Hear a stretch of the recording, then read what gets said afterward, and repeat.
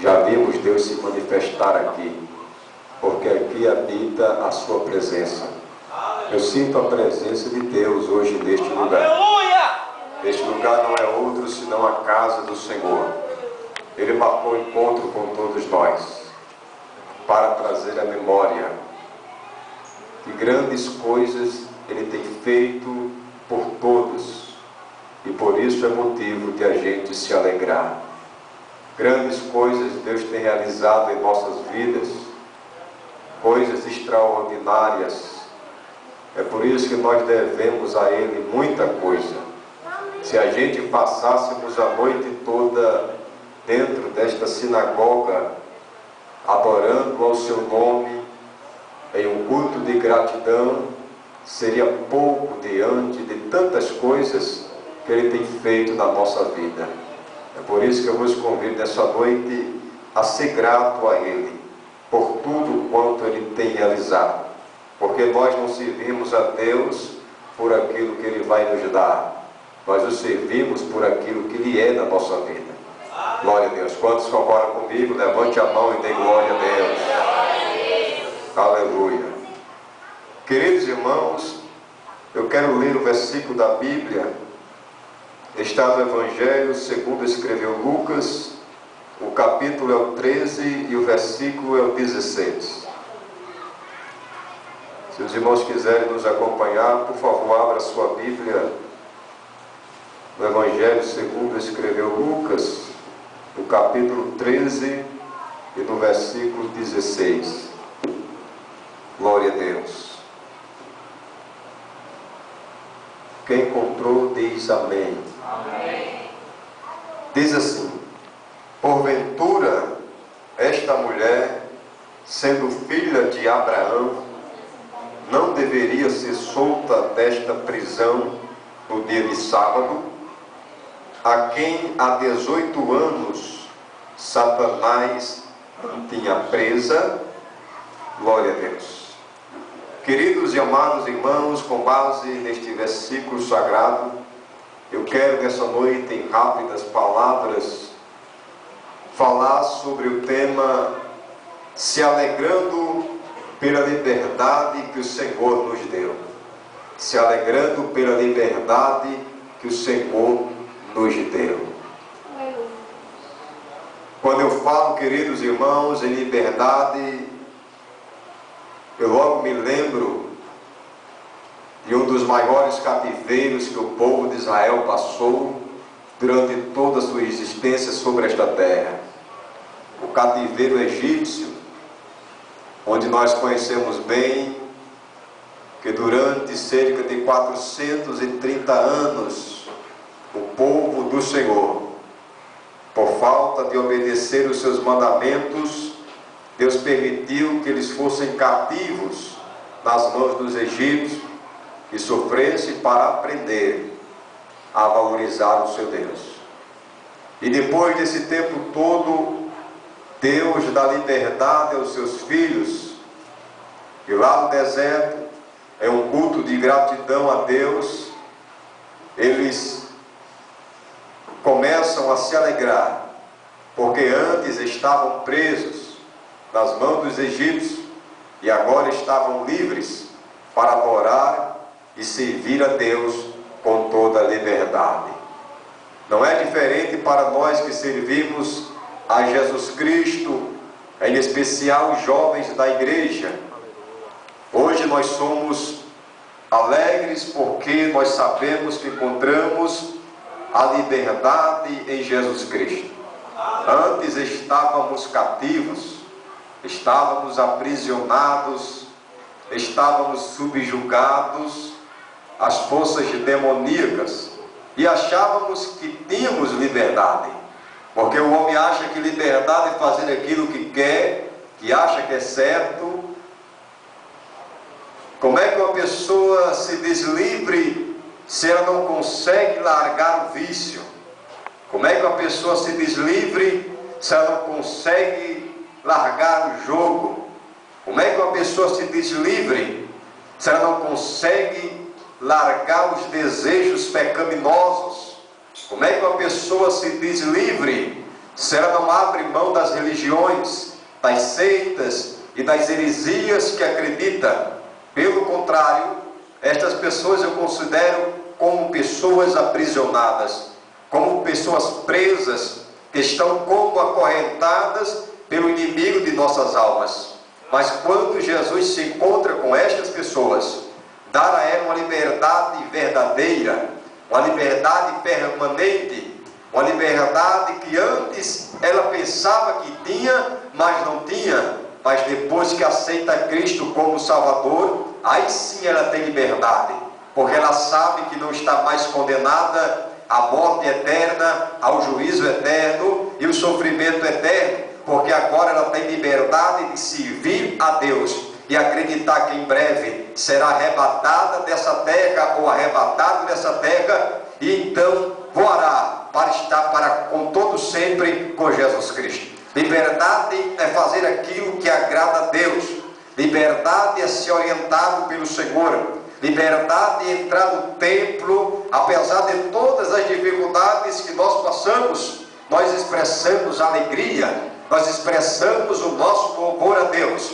Liberdade é saber que apesar de estar no mundo corrompido pelo pecado, nós temos a alegria, nós temos a paz, nós temos a certeza que nada vai tirar Jesus do nosso coração. Hoje nós temos a liberdade, porque nós não andamos mais subjugado às forças demoníacas. Este conjunto de jovens hoje é um conjunto livre, hoje é um conjunto, querido, que encontrou verdadeiramente a liberdade. Mas antes eram jovens lá fora que achavam que estava livre, mas não estava. Mas depois que se encontrou com Jesus Cristo, Jesus mostrou a verdadeira felicidade. É por isso que na igreja muitos choram, muitos se alegram, querido, glorificando, enaltecendo. Outros chegam a pular, outros chegam a rodopiar, outros chegam a correr da igreja. Aqui há liberdade, aleluia. Se a gente não se alegrar na igreja, irmãos, aonde é que a gente vai se alegrar? Aqui é lugar de a gente se alegrar, de a gente extravagar a nossa alegria, porque agora sim nós temos a alegria verdadeira em nosso coração. Só quem foi livre por Jesus Cristo, levante a mão e dê glória, exalte e bendiga ao nome dele. Aí agora, irmão, Jesus ele entra em uma das sinagogas em dia de sábado, porque durante toda a semana as pessoas trabalhavam para ter o seu sustento e reservavam o dia de sábado para o descanso e também para o culto a Deus. Uma vez na semana se reuniam para bendizer Jesus, e esse dia era dia de sábado. E no dia de sábado, como um bom judeu, Jesus entra na sinagoga, entra para adorar ao seu Pai, e nas oportunidades que ele facultava, ele aproveita e ensina as escrituras sagradas. E agora a Bíblia diz que depois que o sacerdote faz a primeira leitura, Jesus vem e faz a segunda leitura, e pega um gancho e começa então a pregar a palavra do seu Pai, porque para isso ele foi enviado, para trazer uma palavra àqueles que estavam caídos, àqueles que estavam enfermos e também àqueles que estavam aprisionados. Palavra essa que tinha poder. E Jesus, enquanto está ensinando a todas as pessoas que atentamente ouvia Jesus falar, a Bíblia diz que dentro da sinagoga existia uma mulher. A Bíblia destaca ela como sendo uma mulher encurvada. A Bíblia o chama de mulher encurvada, logo porque nós conhecemos bem que na cidade onde ela morava, ela era uma mulher muito famosa. Ela não era famosa por ser rica, ela não era uma famosa, por se vestir bem, não era uma famosa por ter um carro de luxo, ela não era uma famosa, querido, por ter status, por ter posição. Pelo contrário, ela era famosa porque andava encurvada, e todas as pessoas que olhavam para aquela mulher diziam: lá vai a mulher encurvada. E andar encurvado, irmão, representava uma humilhação muito grande, porque andar encurvado significa estar em uma posição de humilhação, uma posição também de desprezo, uma posição onde as pessoas olham e tem como motivo de zombaria, porque nesta época, na maioria das vezes, os deficientes, querido, eles eram tidos como um objeto de zombaria, de chocarrice, principalmente por muitas das crianças. E eu imagino esta mulher dentro da sinagoga, encurvada. As criancinhas olhavam para ela, brincavam com a cara dela, zombavam dela, e eu imagino o coração desta mulher, querido, ao ouvir o sussurro por parte de algumas pessoas e quem sabe das crianças, mas ela estava na igreja, querido, adorando a Deus. Ela era crente, ela era pentecostal, ela era cheia do Espírito Santo, e a Bíblia faz questão de dizer que há 18 anos ela frequentava o templo, irmão, para adorar a Deus. Ela ia para o templo não para pedir nada a Deus, ela não ia para o templo, querido, para contar derrota, apesar da dificuldade que ela encontrava, porque andar encurvado, irmão, é muito difícil. A pessoa não ter condição de olhar para cima e ver, querido, no sentido vertical as coisas, somente ver aquilo que está abaixo, querido, aleluia, dos seus olhos. Ela andava encurvada, porque era uma doença que não tinha condição, querido, de cura. Médico nenhum de sua época conseguia curar esta mulher. Ela estava na igreja, apesar da enfermidade, apesar da dificuldade que quem sabe ela tinha em casa, nos seus afazeres domésticos, porque possivelmente era uma mãe de família, irmão. Cuidar de filhos desta forma não era fácil, fazer a sua comida andando encurvada não era fácil, lavar a sua casa desta forma não era fácil. Mas crente, irmão, que serve a Deus e adora Ele, ele não mede esforço para abrir a boca e glorificar, apesar de muitas das vezes estar desempregado, estar doente, estar sendo humilhado, não importa. O que importa para ele é glorificar, é bem dizer, é estar na presença do Senhor, adorando a Ele. Aleluia! Glória a Deus. Ela tinha motivos suficientes para não ir à sinagoga. Primeiro, por quê? Porque as pessoas encurvadas eram desprezíveis dentro das sinagogas.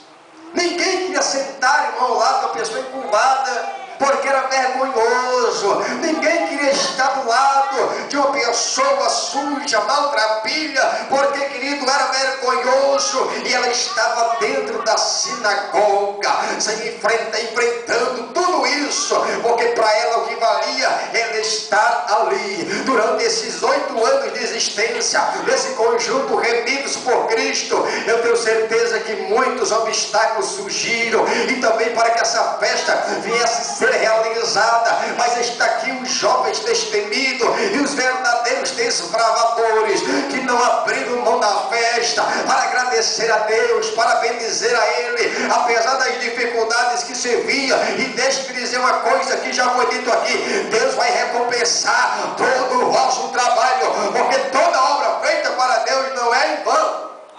Aleluia! Sempre quando a vitória está perto de vir, vem uma grande luta. Já observou isso, irmão? Quando a gente está bem perto de tomar posse da bênção, parece que se levanta um vendaval e ninguém sabe de onde, de repente. É o diabo tentando impedir a nossa conquista, a nossa vitória, mas agindo Deus. Quem é que pode impedir? E Deus está agindo na sua vida nessa noite, e ninguém pode impedir. Aí ela estava dentro da sinagoga no dia certo, na hora certa, ouvindo a pessoa certa, Jesus Cristo. E no meio de todos, Jesus olha ela e a vê, irmão. Coisa que o sacerdote durante 18 anos não fez. 18 anos nunca essa mulher recebeu uma oração na frente. 18 anos ninguém valorizou a sua estadia na igreja. Mas ela estava ali, querido, e Jesus a viu. Jesus está lhe vendo. Jesus está vendo a sua casa. Ele está vendo o seu problema. Ele sabe onde até você pode ir. Ele conhece as suas dificuldades. E mediante isso, Ele tem poder e autoridade para mudar o cativeiro. Se prepare para ver o cativeiro ser mudado, porque eu creio no Deus de poder e autoridade. Aleluia! Porque melhor é ser visto por Deus do que ser visto pelos homens, irmão. É verdade. Melhor ser exaltado por Deus do que ser exaltado pelos homens. Aleluia. Quando o homem exalta, olha, ele quer algo em troca, mas quando Deus exalta, não. Deus diz: vai, meu filho, eu lhe exaltei, glorifico o meu nome, para que saibas que foi eu que exaltei. Aleluia! Por que se achar que Deus não está nos vendo, irmão? Às vezes nós estamos diante de tanta dificuldade que achamos que Deus não está nos vendo. E abrimos a boca e murmuramos: Senhor, tu não está vendo essa dificuldade, esta prova, esta enfermidade? Meu pai está internado, meu filho está no mundo aí fora. Tu não está vendo, Deus? Querido, os olhos do Senhor estão em todos os lugares e vendo a todos. Deus conhece todas as coisas pelo poder da sua onisciência, irmão.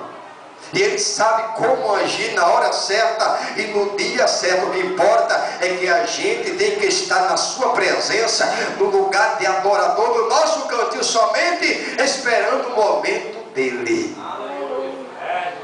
Ei, ela estava no lugar certo, esperando o momento dela, a vez dela. E depois de 18 anos, olha, 18 anos, chega o momento dela. Quantos anos o paralítico lá do tanque de Betesda passou para poder encontrar a cura para o seu corpo? 38 anos. 38 anos esperando uma única oportunidade. 38 anos de dificuldades, de oposições, mas também de perseverança. Deus está dizendo: persevere, porque diante de você um milagre está vindo. Persevere. Persevere, jovem. Vá em frente, lute pelos seus objetivos. Planeje para o ano 2014. Aleluia! Coloque propósito no coração e persevere por ele. Porque a Bíblia Sagrada diz que se a gente pedir algo a Deus crendo, a gente recebe. Aí a mulher está dentro da sinagoga esperando o momento certo. Jesus a veio, irmão. E quando ela veio, Jesus Cristo a chama para a frente e diz: mulher, vem cá. Eu imagino aquela mulher vindo diante de todos. Todos que estavam ali abrem um caminho no meio da sinagoga, porque ela estava lotada. E lá vem aquela mulher no meio da congregação. E as pessoas olhavam e diziam: como é que essa mulher tem coragem de, diante de todos, dessa forma, chegar até o altar? Mas ela estava vindo com a certeza: aquele que havia lhe chamado mudaria a vida dela naquela noite. Aleluia! E ela vem. Quando ela vem, irmãos, ela ouve aquilo que ela almejava há muitos anos, que ela esperava há 18 anos alguém dizer, e não disse. Jesus olha para ela e diz: mulher, estás livre da tua enfermidade. Coloca as mãos sobre ela, irmãos. As mãos poderosas, as mãos que curou muita gente, as mãos que fez com que leprosos fossem restaurados da lepra, as mãos, querido, que alimentou multidões. Ele colocou sobre ela as suas mãos poderosas, as suas mãos que sara, as suas mãos que liberta, as suas mãos que um dia, vindo uma mãe para sepultar o seu filho, ele para, querido, aquele cortejo fúnebre, toca com as suas mãos no esquife e diz: menino, levanta-te. E o morto ressuscitou dos mortos. Ei, veja a mão de Deus hoje lhe tocando e mudando a sua história. Aleluia!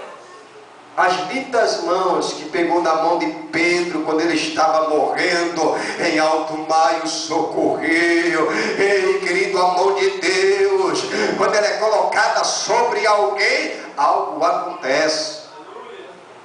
Aí Jesus coloca sobre a mulher a sua mão. Aleluia! E aquela enfermidade sai do seu corpo. Sai também o espírito maligno que ela lhe atormentava durante todo esse tempo. E aquela mulher, ela fica curada, passa a endireitar-se, porque antes não podia de modo algum. E agora passa a se endireitar-se, aí trazendo para o mundo espiritual da coisa. Um dia nós estávamos mais tortos, aleluia, do que os tortos do mundo aí fora. Mas quando o torto se encontra com Jesus, ele transforma o torto em gente direito. Ele pega o drogado que ninguém dá nada, já foi foi dito aqui, escanteado, desprezado, mas pregador do seu evangelho, e enche com seus dons e lhe usa na terra para a glória do seu nome. Aleluia. Bendito é o nome de Quem foi que disse que Deus não tem poder de endireitar o que está morto, irmão? Quem foi que disse que Deus não tem o poder de levantar quem está caído, independente de como ele esteja? Quem diz que Deus não tem poder de pegar um homem excluído por todos e fazer ele um homem de valor onde mora? Nós temos testemunho aí de vários pregadores, cantores que antes, olha, não valia nada.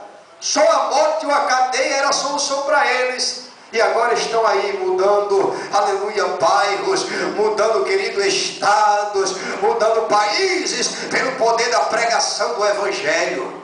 Aleluia.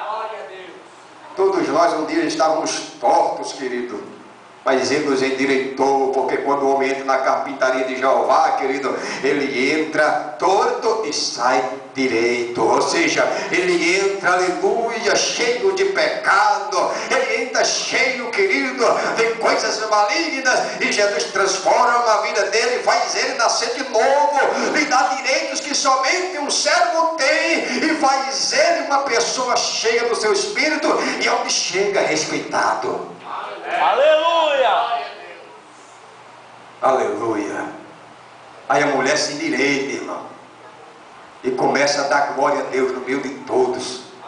Aí um que estava ali, chefe da sinagoga, judeu não convertido ao cristianismo, e cheio de raiva no coração, hipocrisia também, se acha no direito, querido, de se levantar contra Jesus, e diz: como é que pode, falando para todos, vocês vêm para ser curado em dia de sábado, há 6 dias na semana, que vocês podem vir para ser curado?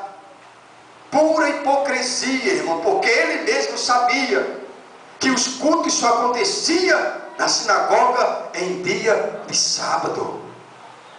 Era o dia de sábado onde Deus se manifestava na sinagoga e coisas aconteciam. E ele diz: olha, há 6 dias porque vocês podem vir ser curados. Aí Jesus, conhecendo o coração do hipócrita, porque ele conhece quando o homem tem intenção de fazer algo de bondade para alguém, ou também querendo prejudicar, conhecendo o seu coração, Jesus: olha, seus hipócritas, em dia de sábado vocês pegam um boi, pegam um jumento, levam a beber água, porque esta mulher não tem direito também de sair desta prisão, ela que é filha de Abraão? Sabe o que Jesus está dizendo? Olha, nem o jumento merece estar preso, nem o jumento ele merece estar ali cativo sem beber água, ele precisa sair, ele precisa de liberdade. Assim esta mulher, que vale muito mais do que o jumento, ela merece a liberdade também. Aleluia. Aleluia. Ei, querido, nós temos valor para Jesus.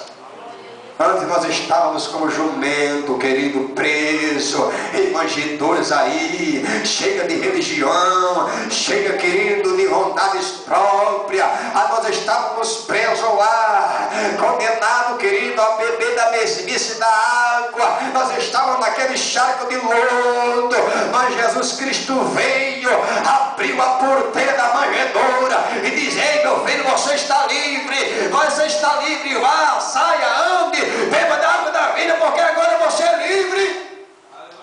Aleluia. Se alegrando pela liberdade que o Senhor nos deu. Hoje é um culto de gratidão a Deus, irmão.